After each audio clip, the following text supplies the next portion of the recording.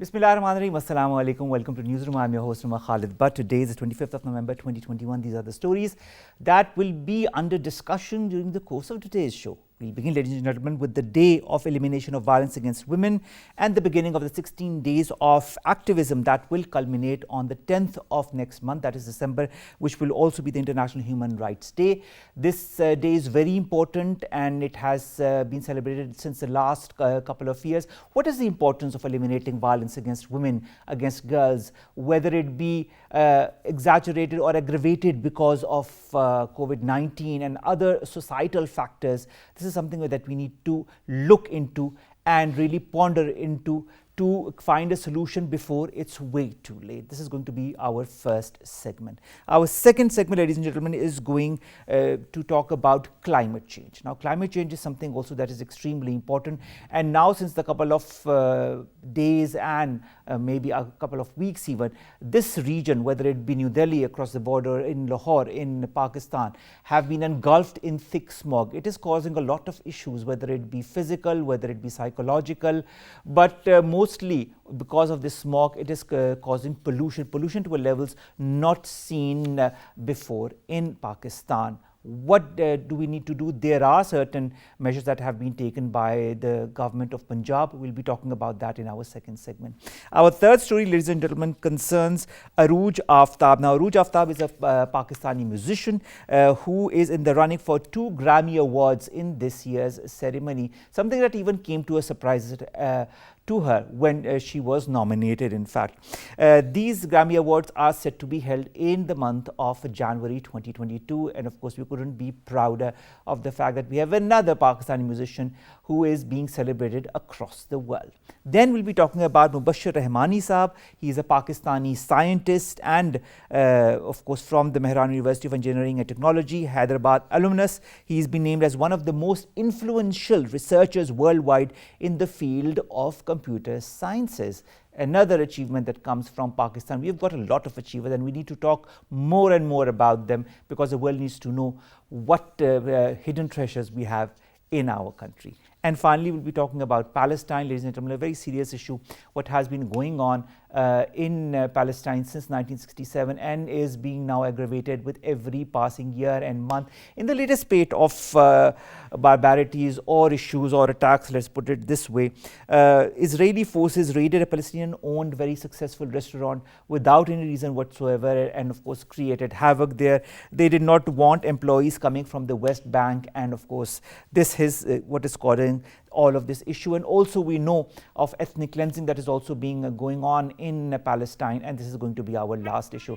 First segment of the day, ladies and gentlemen, concerns the violence against women, and this is the day, today is the day that starts the 16 days of activism that will end on the 10th of December. That is the International Human Rights Day. Now, in the year 2000, the United Nations General Assembly passed Resolution 54-134 designating the 25th of this month, that is today, as the International Day of Elimination of Violence Against Women.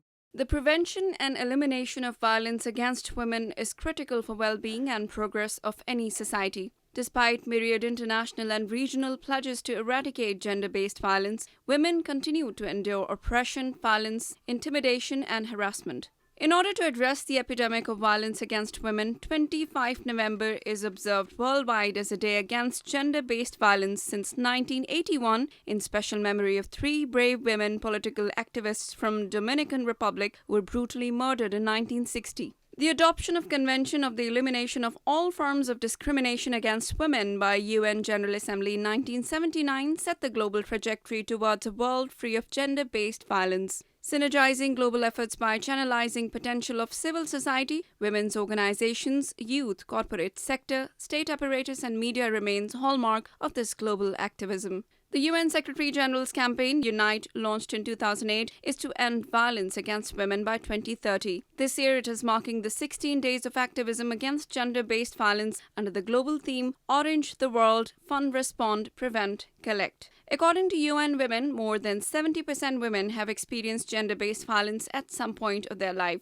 The silver lining in dark clouds of gender-based violence is the fact that in recent months, 135 countries have strengthened actions and resources to address violence against women. As part of international efforts, Pakistan is also actively joining 16 days of activism to ensure strict implementation of preventative laws and raise public awareness. The road towards a gender-sensitive world is still way too long, as ending violence against women will require more investment, leadership, and action. Against women, we've been joined by two very eminent guests. Let me introduce them to you one by one. Saman, she is a manager for ending violence against women, governance and human rights. She joins us. Thank you very much, Saman, to have joined us. And our second guest, ladies and gentlemen, is Valerie Khan. She's a gender protection consultant. Valerie, thank you very much to have joined us as well. Let's begin with you, Saman. This day, do you feel that the society in Pakistan, that the different organizations that work for the protection of women have been successful over the years? Because of course this is the day when we talk about the violence against women, and it has only aggravated since the last few years. Do you feel that there is some kind of a ray of light at the end of the tunnel?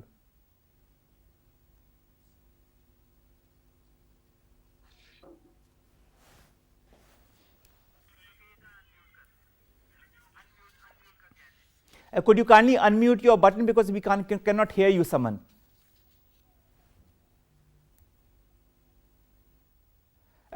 Before that, of course, we are talking about the resolution 54-134 that was passed in 2000 by the United Nations General Assembly that designates the 25th of November, that is today, as the International Day for Elimination of Violence Against Women. Now, in the year 1979, the Convention of the Elimination of All Forms of Discrimination Against Women was established by the United Nations General Assembly. And then in the year 2000, before that, let's go to 1981, when the women's rights activists recognized the 25th of November, way before the United Nations recognized it as that as well. Saman, thank you very much to have joined us. I hope you can hear us, and I hope we can hear you as well. Hello, can you hear me now? Yes, we can hear you perfectly. Thank you very much, Saman, to have joined us.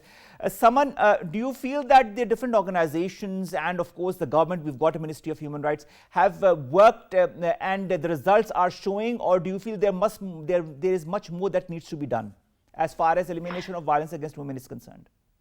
See, first of all, thank you for having me on this show. And I think violence against women is a huge issue and a challenge that is present all over the world. So there's no country that has completely been able to eradicate violence against women. And Pakistan, of course, is not any different from the rest of the world. In fact, the issue is quite serious in Pakistan. In spite of a lot of efforts and progress that has been made in recent years, a lot of laws have been reformed or enacted to address violence against women. And the government, the federal as well as provincial governments have taken a lot of steps, including setting up helplines, shelters, and other services for responding to violence. But this is something that will take a long time to change. And we feel that there is a lot of momentum that has gone into it. And each year, we feel that the momentum is increasing more. There is greater awareness. You see more reporting of cases. And part of it might be that there are more cases, but definitely I feel that there is more reporting because there's more knowledge and awareness of their rights among the citizens, which leads to more reporting of cases. So at the federal level, at the provincial level, looking at the international partners, the civil society, there are a lot of efforts, but as I said, this is not something that will change overnight. It will require all of us to collaborate and continue to take concerted efforts to end this menace. All right, Valerie, when it comes to you, you've been working for gender protection since quite some time. Now, when someone says that there is momentum as far as the number of cases is concerned, and she says that there are a lot more cases that are being reported, is it A, because of more awareness amongst the society, or is it because the number of cases have increased?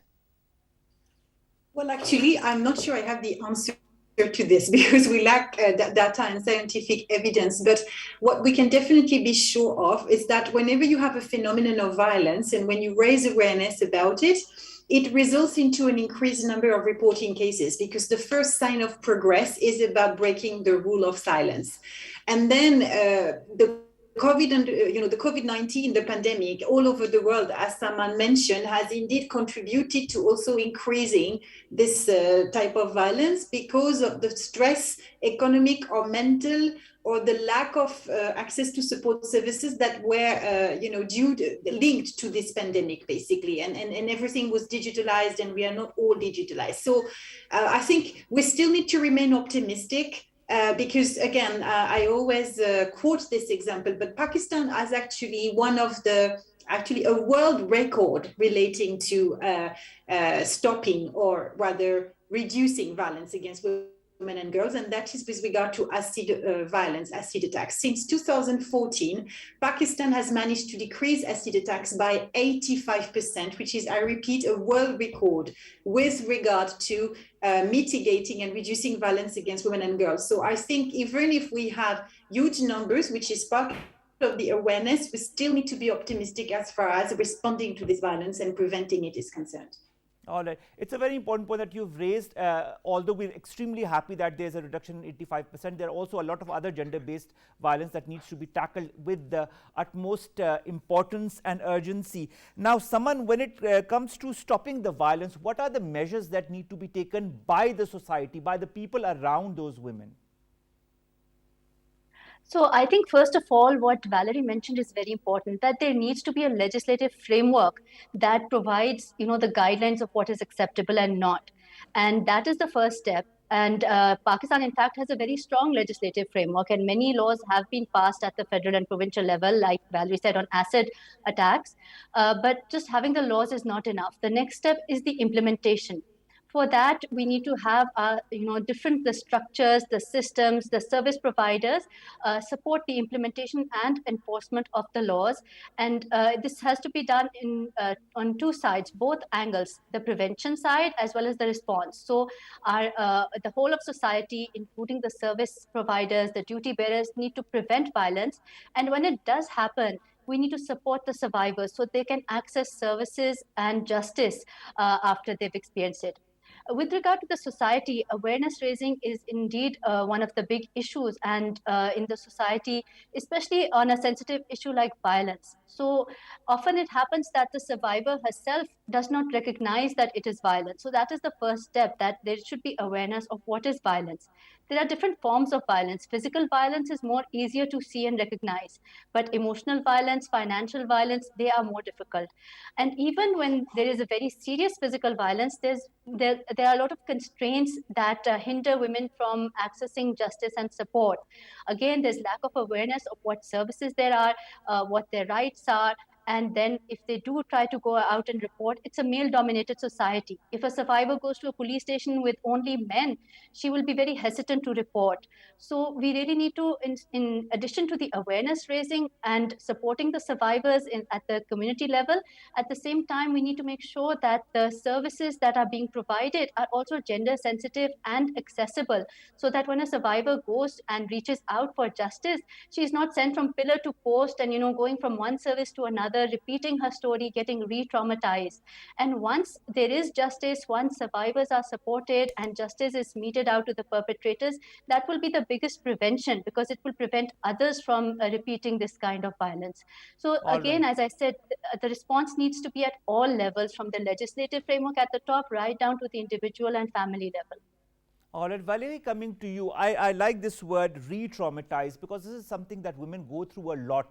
A, when they report it to the police. B, when they have to go to the courts to talk again and again and again about these incidents. And we've got a lot of incidents that are happening, some very high profile cases that are in the courts right now, which we cannot talk about. But coming to the root causes, Valerie, of all that is gender-based violence in a society that is South Asia, or Pakistan, or even India, or Bangladesh, or Sri Lanka, what are the root causes that lead to violence against women? Is there a general rule of these root causes, or is it really segregated as per the different regions?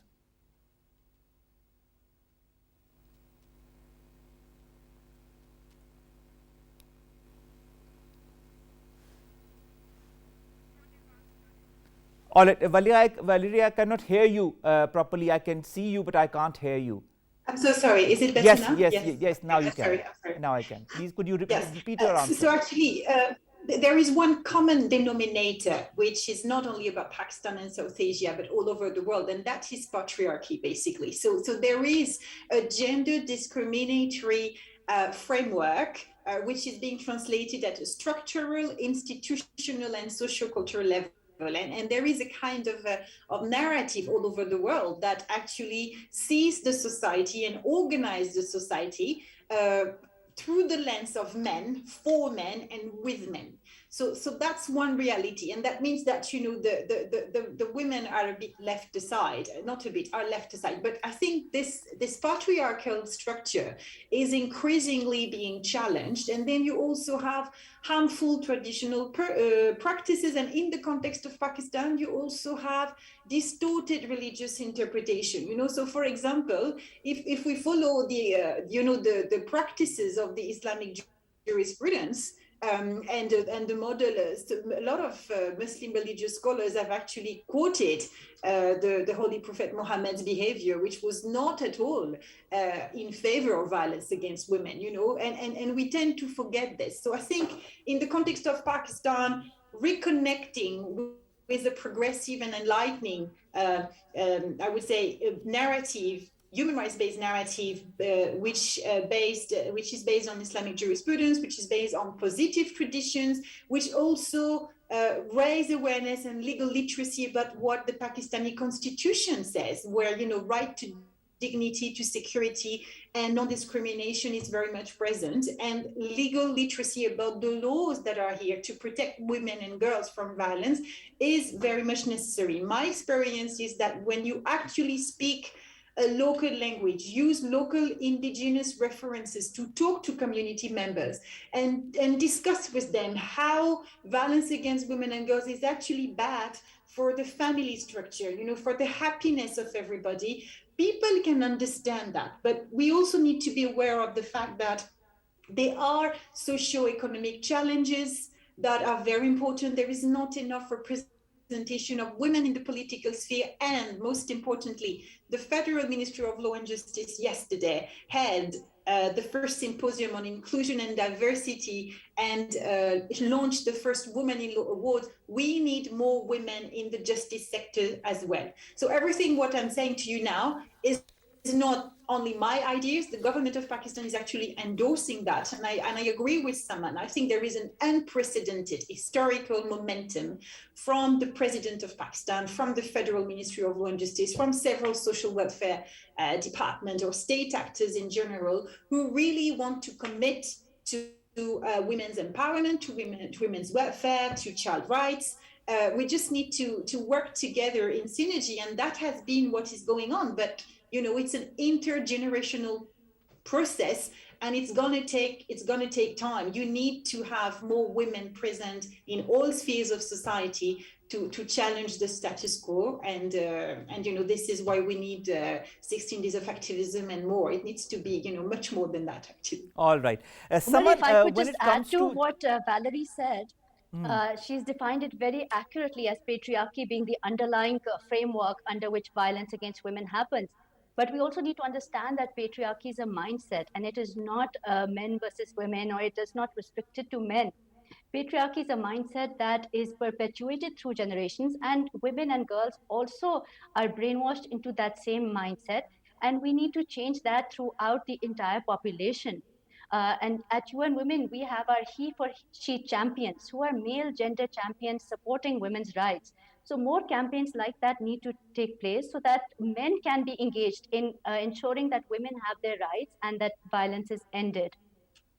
All right, Saman, another point that Valerie also pointed out that I'd like to ask your opinion on, when it comes to changing mindsets, the role of the local religious leaders and the local community, whether it comes to women as well, is more and more important, becomes even more important at grassroots levels to make the societies understand, especially of a rural background. Do you feel this is achievable in a country like Pakistan? If yes, how long is it going to take? I definitely think it is achievable, but about how long, I'm not really sure. I do think, as you know, me and Valerie, we've just agreed that there is momentum at all levels, and we've also seen commitment from the religious scholars, including the current chair of the Council of Islamic Ideology, Dr. Ijaz. He is a very progressive, Muslim and a leader who has, supported implementing the spirit of Islam, which, as Valerie said, is not always understood properly. How can you use Islam to do violence against women when your prophet, he never even raised his voice against women? If you follow his example, then you would really end violence against women. So there is that kind of commitment from the religious leaders also. I think we need to have more dialogues with them. UN Women recently organized a dialogue with religious leaders on child marriage, and discussed what is the age for marriage, what should be the legislative reforms, what should be the change in society. And broadly, most of the religious leaders agreed that child marriage is a harmful practice and should be discouraged, but there was sort of not that much agreement on how it should be discouraged. But that is a great step again, that there All is right. some A lot level of a lot of great steps are being taken. Last question, very very quick answer in one sentence. How optimistic do you feel the both of you are as far as the future of women and an end to gender-based violence in Pakistan is concerned? Let's begin with you, Valerie. So optimistic I am. Otherwise, I wouldn't have been living here for 25 years with my 4 children and my husband. I think we've seen a lot of, again, progress in terms of legislation, in terms of structures to get that legislation enforced. We now have 13 pilot child courts, we have GBV courts, we've got trained judges, we've got active parliamentarians such as Barrister Malika Bukhari and so many others, and we have chairperson of the National Commission on Status of Women, on the National Commission on Human Rights, and the National Commission on Child Rights. I think it's just about, we choose to see the glass half empty or half full. I choose to see half full, and I think we will make it, but it will take time. It's a time-taking process. We need to be realistic. All right, thank you. Saman, your take on this. Yes, I'm very optimistic also. I'd like to build upon what Valerie said. There's so many good stories coming out of Pakistan, and she mentioned quite a few, but one that you missed, Valerie, is an initiative that UN Women and Group Development Pakistan are supporting. It's the Gender Protection Unit in Islamabad. So there are lots of success stories. There's a Violence Against Women Center in Multan. There's so many examples that we can see, and the story is not as dark as we may find. There's so many rays of hope that we can see, and we have to spread them further in other areas of Pakistan. And if we keep doing this work, then I'm optimistic that we'll have a better country and a better world for women and girls. All right. Thank you very much to both the ladies, Saman, Ahsan and Valerie Khan, to have joined us, to have talked about women, this International Day of Ending Violence Against Women, and how Pakistan is progressing towards ending that, and how we are moving along in the right direction. Might take some time, but there is definitely a light at the end of the tunnel. Our second segment, ladies and gentlemen, concerns climate change and anti-smog. But before that, we'll take a short break. Stay tuned.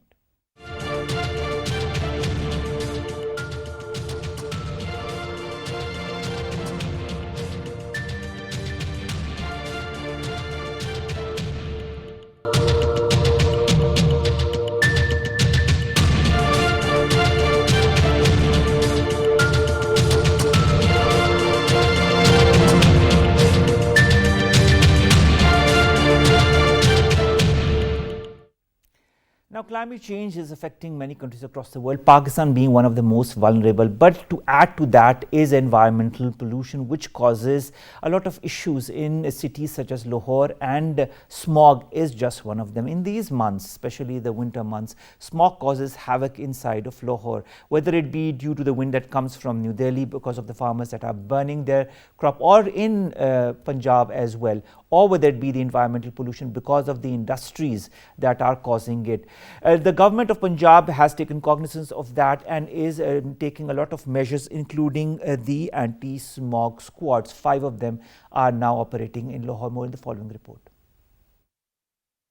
The deteriorating air quality of major global cities has rendered smog a calamity owing to its ability to cause a myriad fatal health hazards. Air pollution is a major health challenge affecting millions of people in Pakistan, and the problem becomes more taxing during winter as smog chokes the major cities. Smog is a toxic mix of smoke and fog whereby experts as well as UN and World Bank reports have placed the transport sector as the biggest contributor to pollution in Punjab, followed by industry and agriculture. In order to curb an annual pollution spike, the anti-smog squads represents the latest efforts by authorities in Pakistan's provincial capital Lahore to penalize those violating the anti-pollution rules. A report on Air Quality Life Index produced by the Energy Policy Institute at the University of Chicago revealed that on average, Pakistanis are estimated to lose 2 years of their life due to air pollution. According to World Health Organization, air pollution causes an estimated 7 million premature deaths a year globally,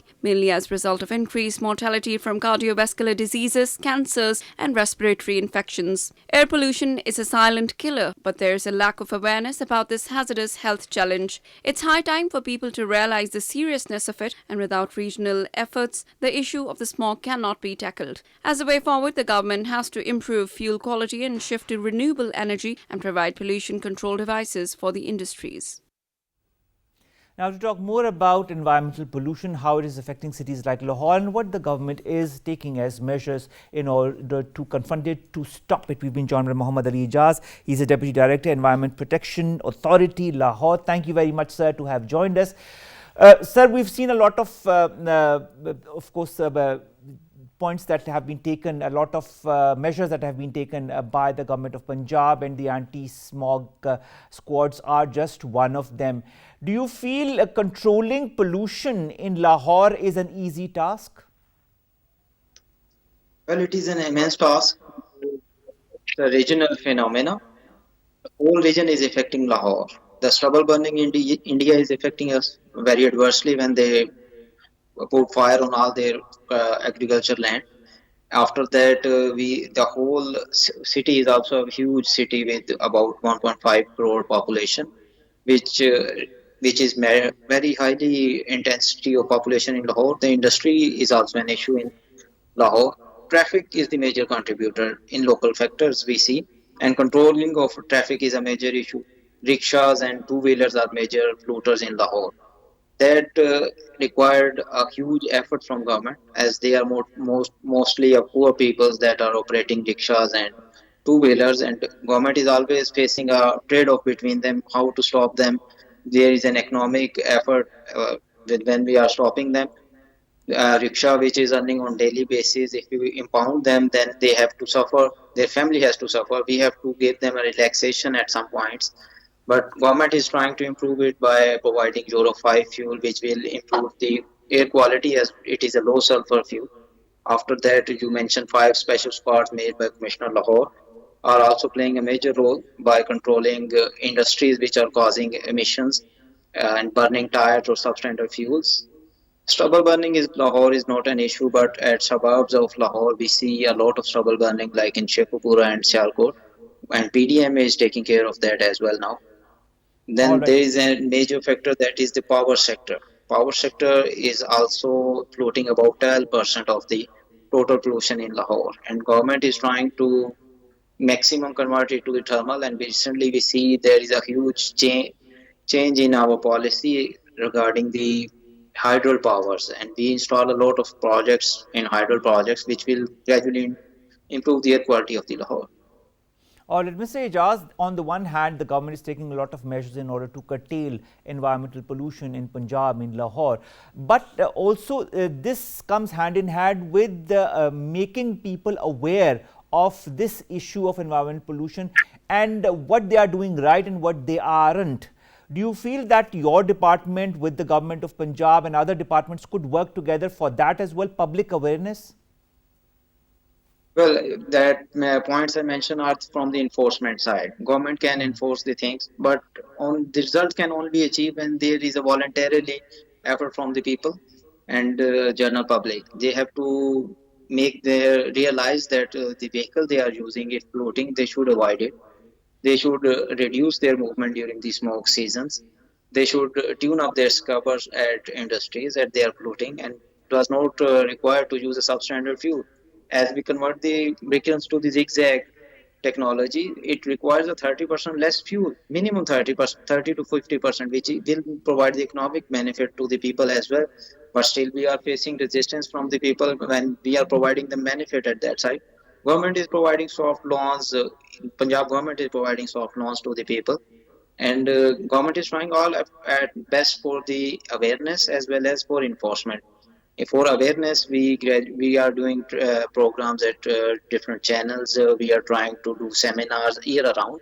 But during the smoke season, it is an emergency situation. We have to brutally control that by the enforcement and shut down the industries which are causing emissions and impound the vehicles.